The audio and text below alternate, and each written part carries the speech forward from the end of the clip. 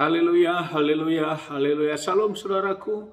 Ratapan 3 ayat 22 sampai 23, sebab kebaikan Bapa Yahweh itu tidak pernah berhenti, rahmatnya tidak pernah berkesudahan, selalu baru setiap pagi. Kita kembali mengucap syukur saudaraku, kita bisa bangun pagi kembali pada pagi hari ini. Sesungguhnya semuanya oleh karena kebaikan dan rahmat Bapa Yahweh di dalam kehidupan kita dimanapun kita berada saudaraku. Renungan KPI Maim Kaim pada hari Jumat tanggal 14 Mei 2021 atau pada tanggal 3 Sivan 5781. Di dalam kelanjutan dan pembacaan renungan Torah kita diambil dari kitab Bilangan 5 ayat 1 sampai 2 saudaraku. Dan hari ini kita memasuki dalam penghitungan Omer yang ke-47. Dafar atau firman Bapa Yahweh berkata demikian, maka berfirmanlah Yahweh kepada Mose dengan mengatakan, perintahkanlah Bani Israel dan mereka harus mengeluarkan dari perkemahan setiap orang yang kena kusta dan setiap orang yang mengeluarkan lelehan dan setiap orang yang cemar karena mayat. Saudaraku, perekop di dalam firman yang baru saja kita dengarkan atau dibaca tentang yang najis, saudaraku. Di sini, saudaraku, Bapa Yahweh memerintahkan kepada Musa dafar atau firman yang Bapa Yahweh sampaikan kepada Musa tentang hal kenajisan ini, saudaraku, yang meliputi tentang orang yang kena kusta, yang mengeluarkan lelehan, dan juga orang yang cemar karena mayat. Jadi bila kita pahami bahwa orang yang mengalami penyakit kusta itu adalah sesuatu hal yang najis, saudaraku, di dalam kehidupan bangsa Israel pada waktu itu, dan demikian juga orang yang mendekati mayat, saudaraku, yang mendekati mayat ini juga suatu kenajisan. Dan orang-orang yang seperti ini diperintahkan oleh Bapa Yahweh untuk dikeluarkan dari kemah, saudaraku. Karena mereka berkemah sesuai dengan kelompok mereka masing-masing. Dan bila ada yang mengalami hal ini, mereka dikeluarkan dari kemah tersebut. Berarti pada saat bangsa Israel saat berjalan juga, maka ada kelompok tersendiri tentang kelompok-kelompok ini, saudaraku. Yaitu kelompok-kelompok orang yang mengalami kenajisan ini. Saudaraku, proses kenajisan ini akan bisa kembali menjadi tahir, saudaraku, apabila mereka juga melakukan perintah yang Bapa Yahweh perintahkan dalam hal menguduskan atau melakukan penahiran terhadap kenajisan-kenajisan ini. Dan khusus kepada yang penyakit kusta tentu dia akan tahir apabila dia kembali sembuh, saudaraku.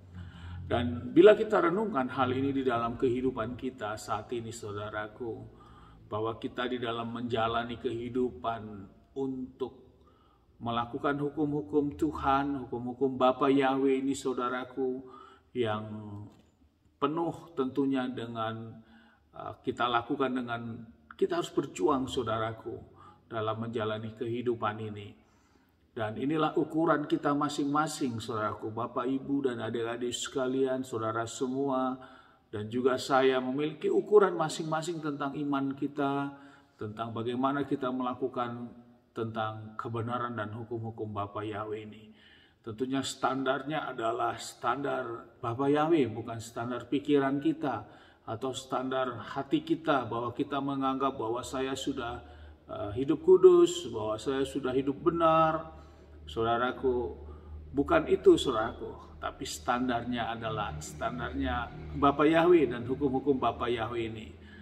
Namun kita tidak perlu kita mengukur-ukur itu, saudaraku. Yang perlu kita lakukan saat ini adalah bagaimana merubah hidup kita yang tidak baik menjadi baik, saudaraku.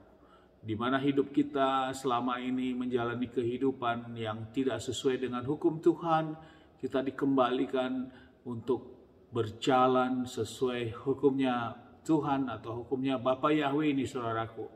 Itu yang perlu menjadi renungan bagi kita setiap hari. Dan kita terus mau dengar-dengar firman, saudaraku, karena lewat firmanlah maka iman kita terus tambahkan. Tidak ada ruginya saudaraku untuk mendengar firman, untuk membaca firman di dalam kita menjalani kehidupan hari-hari ini saudaraku. Daripada waktu kita banyak duduk diam bersama gadget kita untuk ataupun televisi menonton hal tontonan-tontonan yang tentunya sifatnya hanya untuk kepuasan saja saudaraku, untuk bermain gadget dengan melakukan komunikasi. Itu baik saudaraku, tapi kita harus mengendalikan hal itu. Kita kurangi bila memang itu tidak penting, sudah waktunya saudaraku.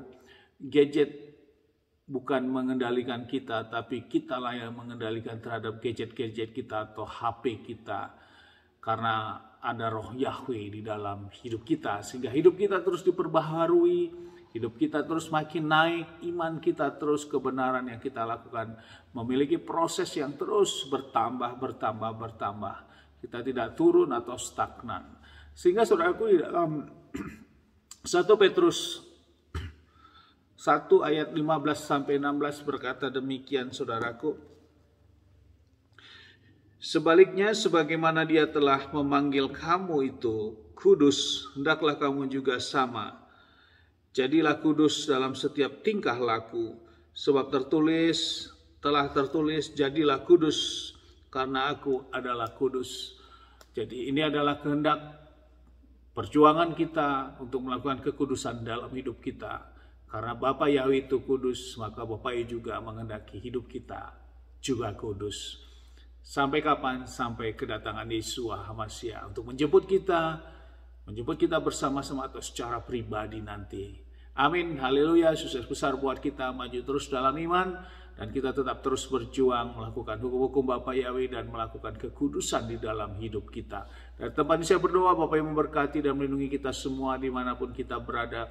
Bapa yang menyinari wajahnya kepada kita, memberikan kita kasih karunia. Bapa yang menghadapkan wajahnya kepada kita, memberikan kita damai sejahtera. Apapun yang kita kerjakan, apapun yang kita lakukan sepanjang hari ini, semuanya menjadi berhasil, dan kita orang-orang yang percaya kepada Bapa Yahweh, kita tidak dipermalukan. Amin, haleluya, shalom saudaraku.